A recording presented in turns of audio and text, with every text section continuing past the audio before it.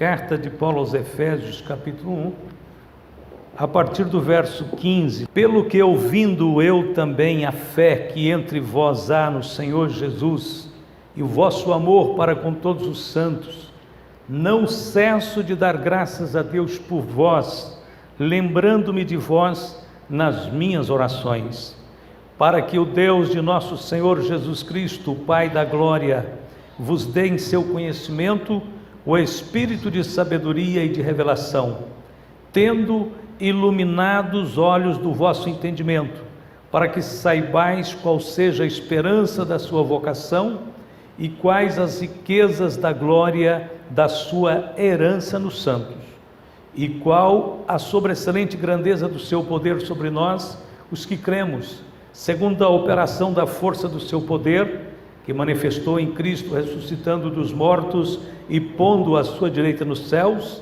acima de todo o principado e poder e potestade e domínio, e de todo nome que se nomeie, não só neste século, mas também no vindouro. O apóstolo Paulo externa nestes textos que lemos aos irmãos de Éfeso a sua gratidão pela fé e pelo amor que aqueles irmãos demonstravam ter. E ao mesmo tempo Paulo já manifesta também o seu desejo de continuar orando pelo crescimento e pelo progresso espiritual dos irmãos de Éfeso.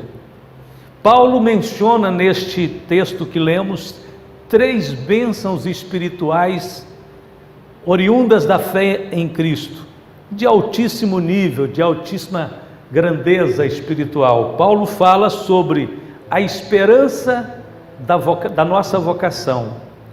Segundo, ele fala sobre as riquezas da glória da sua herança nos santos.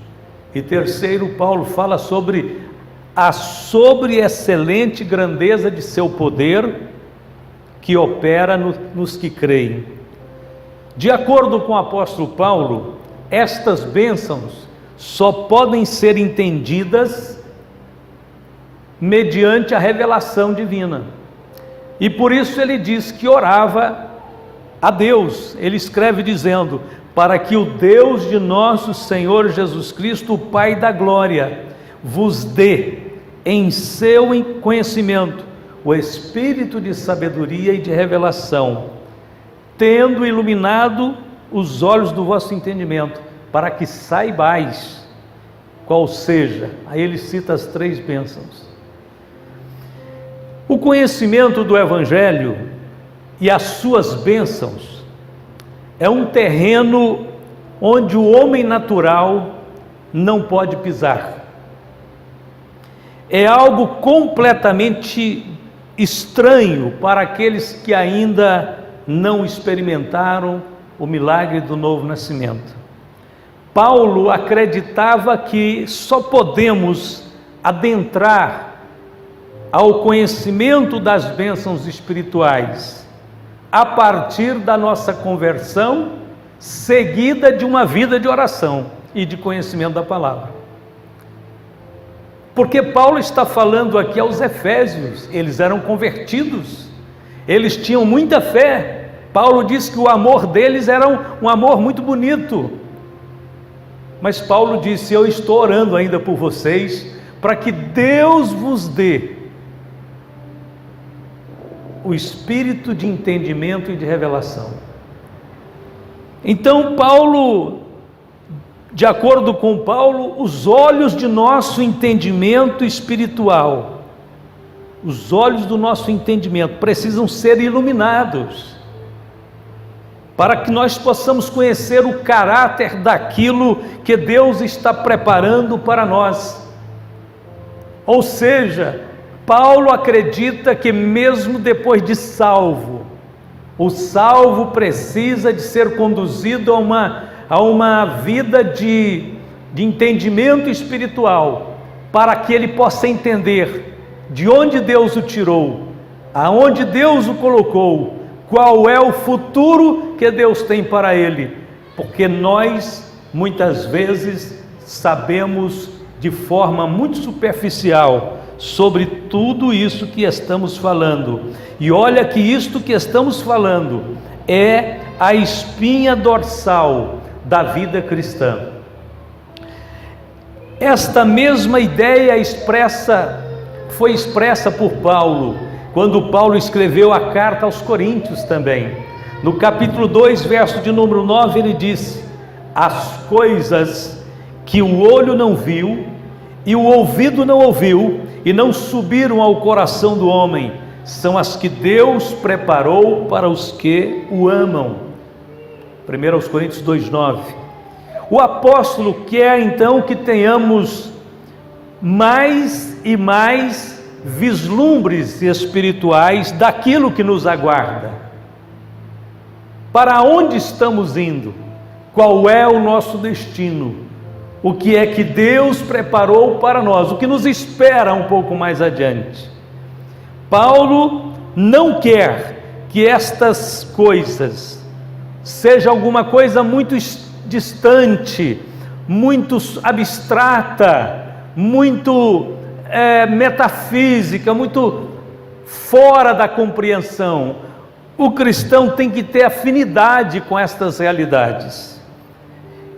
O desejo de Paulo é que nós não limitemos apenas a olhar na Bíblia, como quem olha, claro, para uma escritura e observa as especificações do documento e diz: de fato nós temos alguma herança, nós temos alguma posse, mas não passa disso, apenas do olhar no documento. Não, Paulo quer que nós desenvolvamos um olhar pela fé, para termos vislumbres, se não for diários, pelo menos ocasionais, que se repitam diariamente, ou se repita mais vezes, nós possamos ver a herança propriamente dita, e por assim dizer, nós temos que estar igual Moisés, lá em cima do Monte Nebo, contemplando a terra prometida, como herança para Israel. Nós temos também uma promessa, nós temos também uma terra prometida, precisamos vê-la, contemplá-la. Paulo afirma: tendo nele também crido, fostes selados com o Espírito Santo da promessa, o qual é o penhor da nossa herança, para a redenção da possessão de Deus, para louvor da sua glória. Isso ele disse um pouquinho antes. O que Paulo está dizendo? Ele está dizendo que a nossa herança foi adquirida pelo sangue de Cristo, de Jesus. Nós já somos herdeiros de Deus, porém ainda estamos neste mundo, e porque estamos neste mundo, Deus nos deu o penhor do Espírito. Que é o penhor do Espírito? O Espírito Santo já veio à nossa vida como garantia de que nós temos uma possessão eterna, já foi adquirida, logo entraremos de posse a ela. Por enquanto estamos caminhando nesta direção. O termo herança aqui, nós podemos, para melhor compreensão, entender que a palavra herança pode ser substituída pela palavra salvação plena, ou seja, salvação desde a conversão até o momento da nossa glorificação. A herança envolve todas as bênçãos oriundas do sacrifício de Cristo e que estão hoje em nossa salvação, incluídas em nossa salvação. Porém, nós estamos vivendo numa época e num tempo que existe uma questão muito séria. A questão é que surge em nossos dias a pregação de um evangelho que está sendo apresentado apenas como uma solução para problemas imediatos do homem, como a aquisição de bens materiais, a solução dos problemas afetivos, a conquista de posição na sociedade, e um evangelho que está sendo apresentado apenas como um passaporte para realizar bons negócios, e não passa disso. Aí você diz: pastor, como nós sabemos que este evangelho está sendo apresentado dessa forma? Basta você ouvir as pregações que estão sendo anunciadas na TV, na internet, né? Não se fala do céu, não se fala quase nada do arrebatamento da igreja, da volta de Cristo. Então se fala, faz a campanha X e você vai prosperar, e as portas vão abrir, e vai ter muitas bênçãos, e todas essas bênçãos estão incluídas dentro delas só possessões materiais, só conquistas materiais. Então este é o grande problema do evangelho que está sendo apresentado atualmente. Nós sabemos que o evangelho de Jesus Cristo pode proporcionar tudo que é de bom para o homem, tudo. Porém, nós sabemos que este não é o seu propósito principal: resolver pequenos problemas ligados a questões imediatas e puramente materiais. O objetivo central do evangelho é tornar o homem um completo adorador de Deus, é tirar do homem o seu ego e torná-lo sujeito, submisso a Cristo. Porque quando nós falamos de um evangelho que pode dar riqueza, que pode dar prosperidade financeira, às vezes nós tornamos o ego do homem mais duro do que antes. E o evangelho de Cristo veio para tirar o ego do homem e sujeitá-lo a Cristo, para que Cristo seja tudo em todos, seja Senhor. Quando Cristo se torna o centro da vida de um homem, a sua vida e seus interesses mudam. Ele já não é um homem voltado para essa dimensão puramente material. Ele já passa a ter outros interesses e outros valores. O apóstolo Paulo então ora a Deus a partir de um ponto de vista espiritual. Ele ora no sentido de que saibamos quais sejam as riquezas da glória da sua herança nos santos.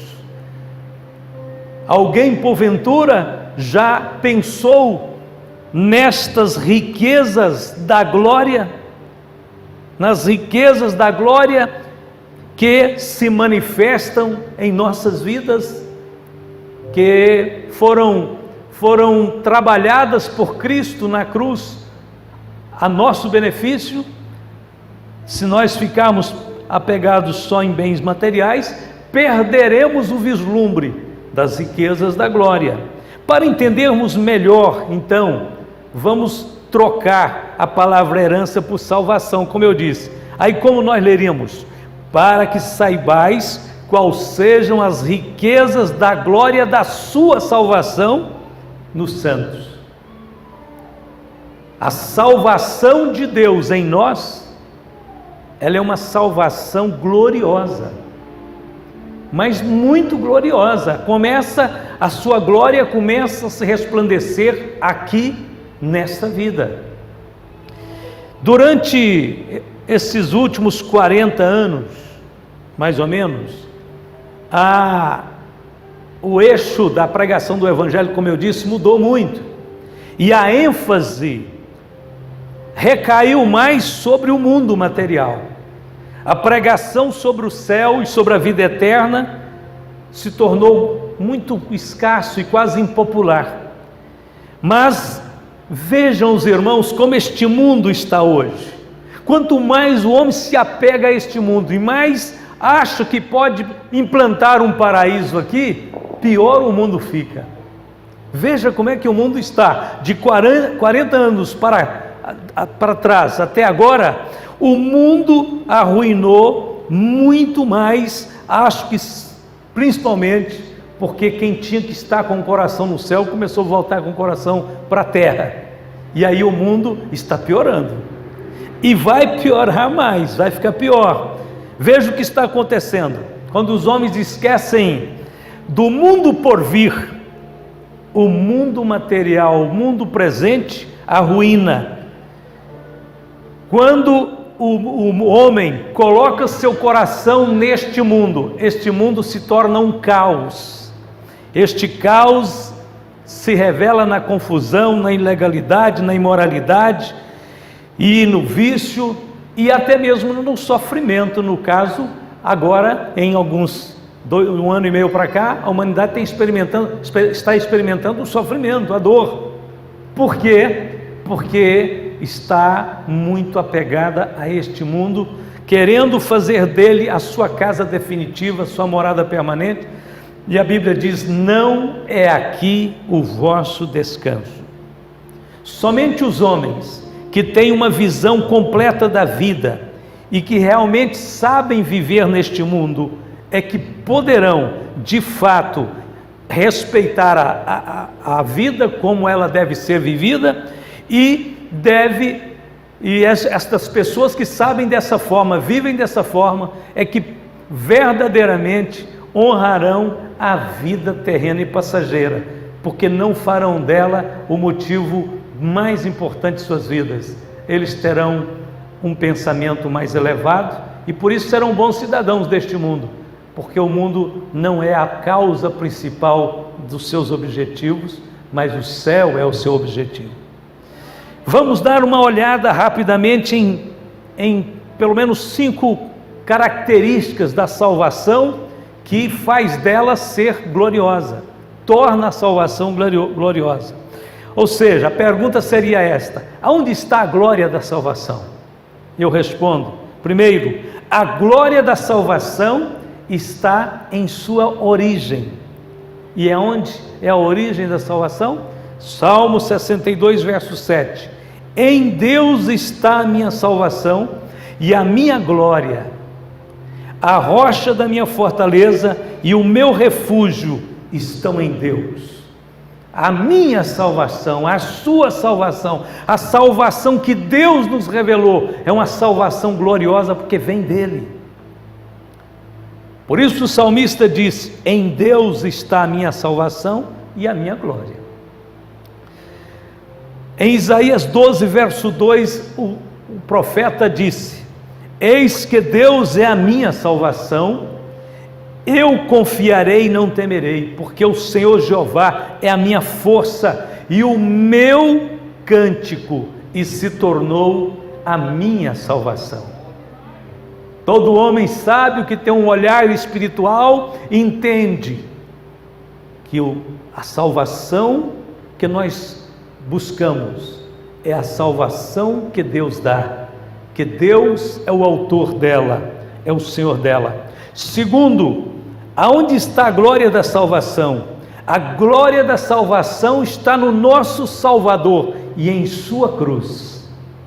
Paulo disse: mas longe esteja de mim gloriar-me, a não ser na cruz de nosso Senhor Jesus Cristo, pela qual o mundo está crucificado para mim e eu para o mundo, porque em Cristo Jesus nem a circuncisão nem a incircuncisão tem virtude alguma, mas sim o ser uma nova criatura. Preste atenção neste ponto: a salvação é gloriosa porque ela vem de um Salvador, vem do Salvador e de sua cruz. Paulo disse: eu não vou gloriar-me em outra coisa a não ser na cruz. Há uma glória na cruz.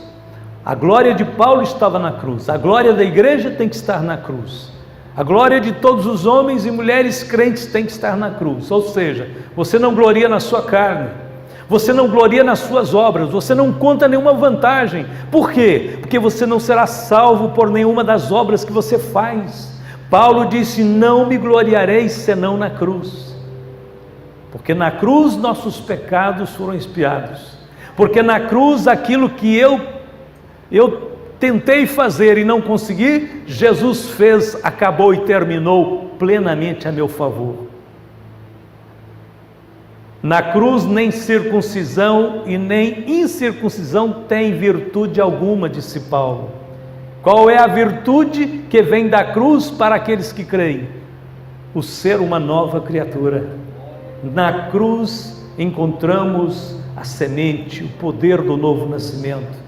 A obra da cruz nos faz novos para Deus, aonde não somos justificados por obras, mas pela fé naquele que nos salvou. De onde vem a glória da salvação? A glória da salvação vem da sua abrangência. A salvação revelada por Cristo, a salvação preparada por Deus Pai, a salvação aplicada pelo Espírito Santo tem uma abrangência. Lá em Lucas 3,6, Zacarias cantou um cântico muito lindo, e no meio do cântico ele diz assim: e toda a carne verá a salvação de Deus. Deus não preparou, não operou uma salvação por meio de seu Filho Jesus ocultamente, não.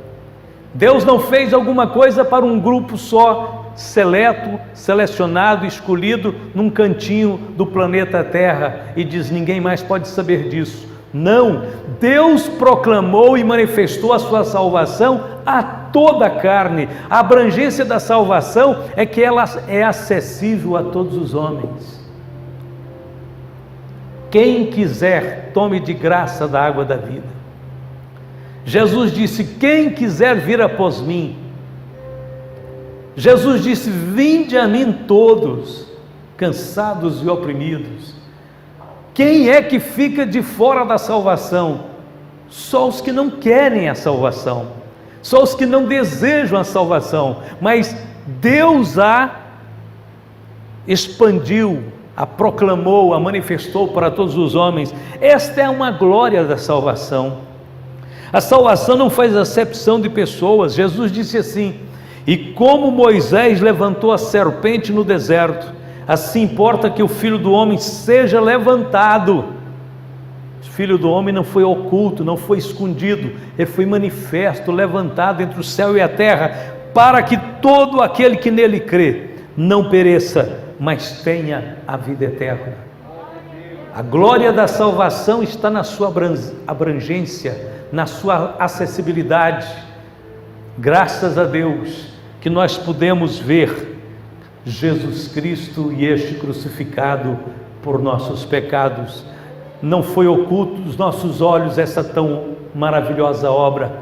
A Bíblia diz assim: esta foi uma coisa maravilhosa que Deus fez, muito maravilhosa, em nos dar uma salvação tão proclamada, tão objetiva. Aonde está a glória da salvação? A glória da salvação está em sua grandeza. A Bíblia diz: como escaparemos nós se não atentarmos para uma tão grande salvação, a qual, começando a ser anunciada pelo Senhor, foi-nos depois confirmada pelos que a ouviram? Grande salvação. Porque a salvação é grande? Porque ela salva o maior número de pessoas possível, todos quantos crerem. Porque ela salva o pior pecador. Porque ela é uma solução grandiosa de Deus para os problemas mais graves da humanidade. E quinto, para terminar esse pensamento aqui, de onde vem a glória da salvação? A glória da salvação vem da sua segurança eterna.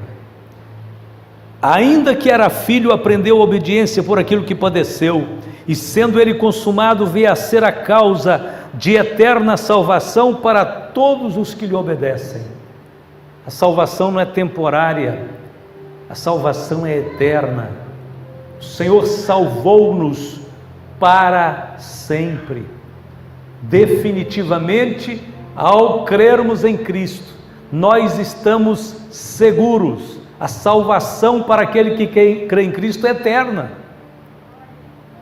Um outro texto lindo de Hebreus, capítulo 5, verso 11 e 12, verso 11 primeiro, diz assim: mas vindo Cristo, o sumo sacerdote dos bens futuros, por um maior e mais perfeito tabernáculo, não feito por mãos, isto é, não desta geração, nem por sangue de bodes e bezerros, mas por seu próprio sangue, entrou uma vez no santuário, havendo efetuado uma eterna redenção.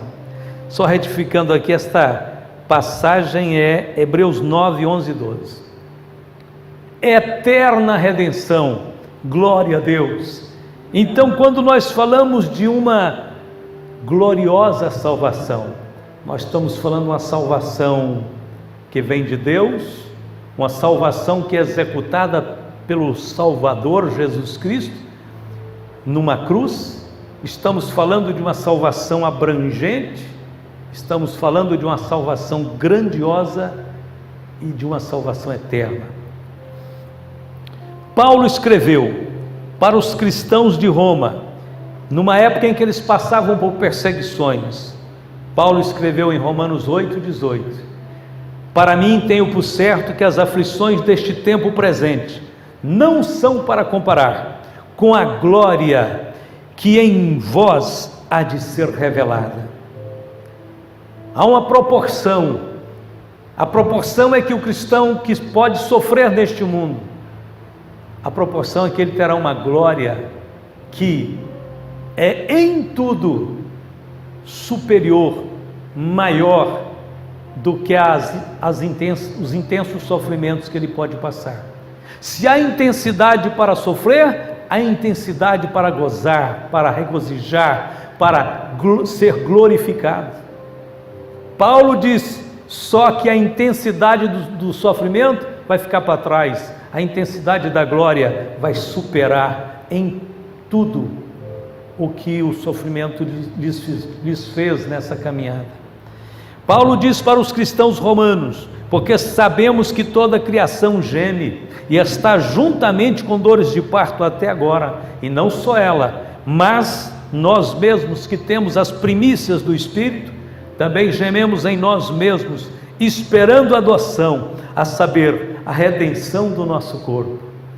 Por enquanto o nosso corpo ainda está envelhecendo, fraco, sujeito a debilidades, a degeneração.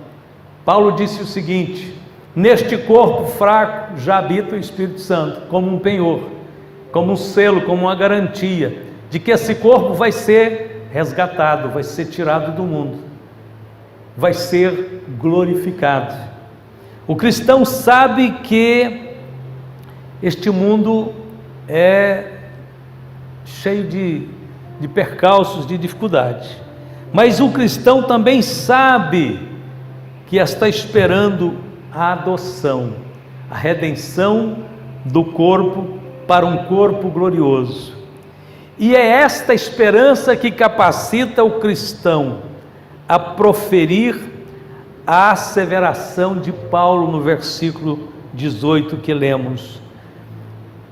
E o próprio Paulo adianta outros textos na Bíblia sobre este mesmo assunto, em 2 Coríntios 4,17, quando ele diz: a nossa leve e momentânea tribulação produz para nós um peso eterno de glória muito excelente. Então, irmãos, cada momento triste, dolorido neste mundo, está acrescentando um peso eterno de glória. Esse peso eterno de glória muito excelente nos dá o conforto e nos encoraja e nos estimula para lutarmos neste mundo, porque temos algo grandioso nos aguardando. Haveria alguma coisa mais encorajadora do que esta? Deus nos dar a promessa de que nós teremos um corpo glorioso? Qual foi a atitude de Cristo quando encarnado, quando se fez homem? Qual foi a atitude do Senhor Jesus Cristo aqui neste mundo, quanto aqui viveu?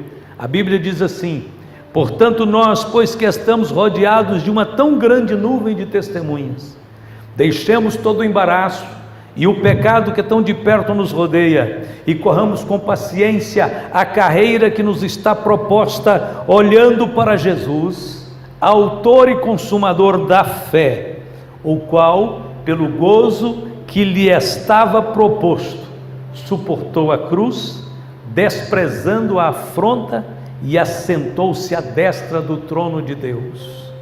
Hebreus 12, 1 e 2. Esta foi a atitude de nosso Senhor e Salvador Jesus Cristo. O Senhor Jesus Cristo, enquanto esteve neste mundo, não deixou de olhar, de fixar os seus olhos na recompensa, pelo gozo que lhe estava proposto. Isto fortaleceu Jesus. Pelo gozo que lhe estava proposto, Deus, o Pai, disse: filho, você vai passar pelo vale, mas depois desta trajetória pelo vale, eu te trago de volta para casa, e o gozo que lhe proponho será ainda maior do que tudo quanto já foi conhecido. Então eu imagino que naqueles dias de lutas, de sofrimento, de perseguições, o Senhor Jesus lembrava da proposta. Você também tem uma proposta de Deus. Nós temos uma proposta de Deus. Desde que Jesus veio a este mundo, seus olhos foram postos no gozo da glória que o aguardava. Por isso ele passou por tudo, até mesmo da cruel morte na cruz. Isso o ajudou a prosseguir. Quando Jesus orou no capítulo 17 de João, verso de número 5, ele disse: Pai, glorifica-me tu, ó Pai, junto de ti mesmo, com aquela glória que eu tinha contigo antes que o mundo existisse. Jesus lembrava dos dias de sua comunhão com o Pai, e ele orou dizendo: glorifica-me, Senhor, com aquela glória.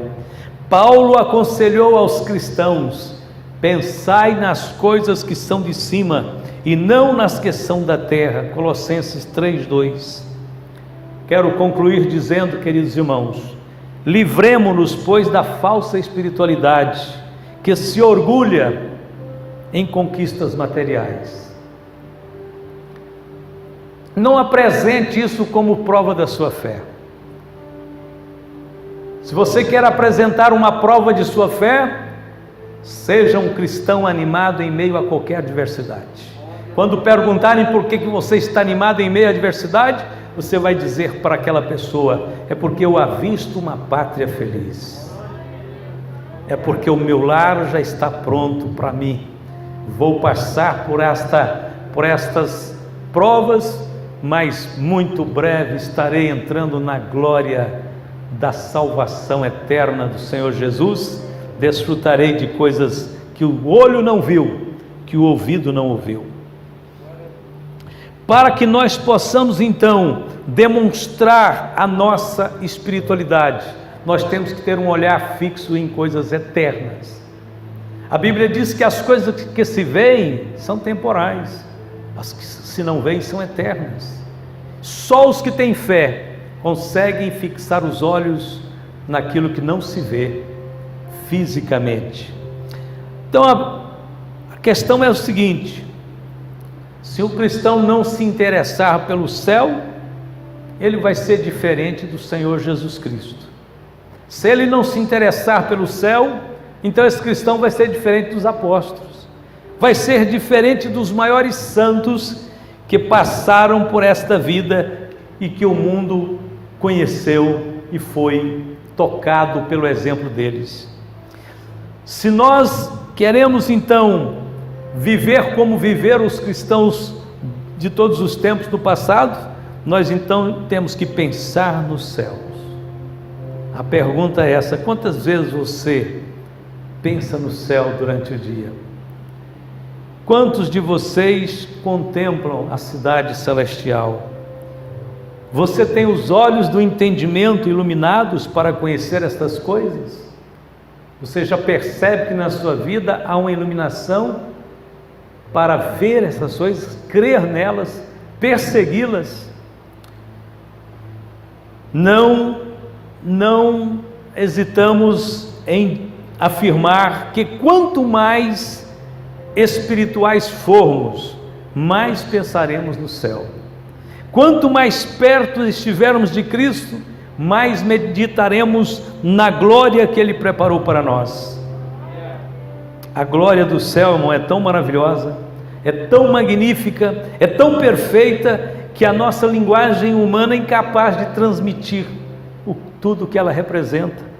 Tentar descrever o céu é quase impossível, e quase sempre resulta em diminuí-lo, que a gente nunca consegue descrevê-lo de fato como ele é. Por isso, em sua misericórdia, Deus não nos disse muita coisa a respeito do céu. Ele disse algumas coisas.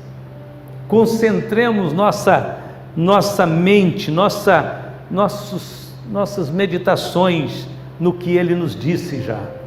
Jesus disse: na casa do meu Pai há muitas moradas. Pense no céu como a casa do Pai, lugar de conforto, lugar de refúgio, lugar onde você tem liberdade, onde você é dono. É a casa do meu Pai. O apóstolo Paulo, então, para terminar, fala das riquezas da glória. Com esta expressão, ele nos dá a concepção desta glória transcendental que ultrapassa o alcance de nossa imaginação. Tudo o que nos pode ser dito é riquezas da sua glória. Por isso, não se preocupem, o céu é infinitamente mais maravilhoso do que eu e você podemos imaginar. O céu e as imaginações e o pensar a respeito do céu está ao alcance das pessoas espirituais e fora do alcance das pessoas carnais, materialistas, que vivem distante de Deus. Elas nunca terão condição de ver o que nós podemos ver. Se elas se converterem, poderão com certeza também participar disso. Mas se não converterem, isso não fará muito sentido para elas. A parte final deste texto, eu lembro as palavras do Senhor Jesus, quando Ele falou sobre o céu para os seus discípulos. Ele disse: eu vou preparar-vos lugar, e se eu for e preparar lugar, virei novamente, e vos levarei para mim mesmo, para que onde eu estiver, estejais vós também. Não sabemos ainda bem aonde é o céu, sabemos que é num lugar maravilhoso, mas sabemos que vai ser o lugar onde Jesus está, e eu acho que isso é suficiente, porque aonde Ele estiver, queremos estar. Este vai ser o céu para todos os cristãos. Jesus orou quando estava aqui: Pai, aqueles que me deste, quero que onde eu estiver, também eles estejam comigo, para que vejam a minha glória que me deste, porque tu me has amado antes da criação do mundo. Esta talvez foi uma das maiores orações que nós já recebemos até hoje, a oração de Cristo por nós, para que um dia nós estejamos com Ele no lugar que Ele mora, no lugar que Ele habita, e que nós um dia possamos ver a glória que Ele possui. E a Bíblia diz que quando Ele se manifestar em glória, nós também nos manifestaremos com Ele.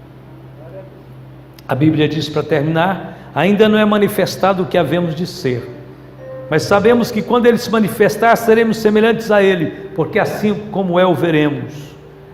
Paulo disse: Cristo transformará o nosso corpo abatido para ser conforme o seu corpo glorioso. Filipenses 3:21. Seremos perfeitos, estaremos completos, sem máculas, sem rugas, sem coisa semelhante. Procuremos conhecer estas coisas, contemplemos-las, vivamos à luz desta revelação. Então veremos que, assim como outros homens que viveram aqui antes de nós, puderam contemplar estas coisas aqui da terra, deste mundo, e viveram num nível de espiritualidade elevados pela contemplação, que nós possamos seguir o exemplo desses homens, porque quem tem essa visão vive num nível elevado de espiritualidade. Que nós possamos seguir adiante, andando, fazendo o bem, como fez o nosso bendito Salvador enquanto por aqui esteve, deixando as marcas de um Filho de Deus por onde quer que nós passarmos. Que Deus nos abençoe, que Deus nos ajude, que Deus nos fortaleça. Vamos ficar de pé nesse instante.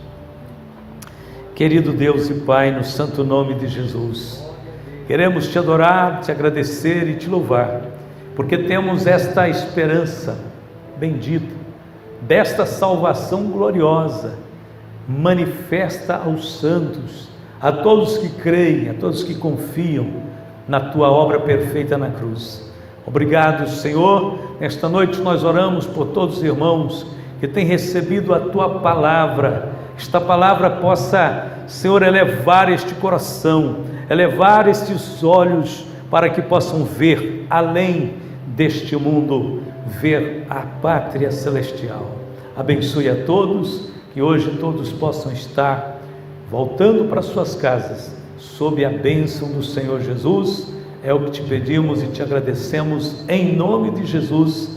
Todos digam amém e amém.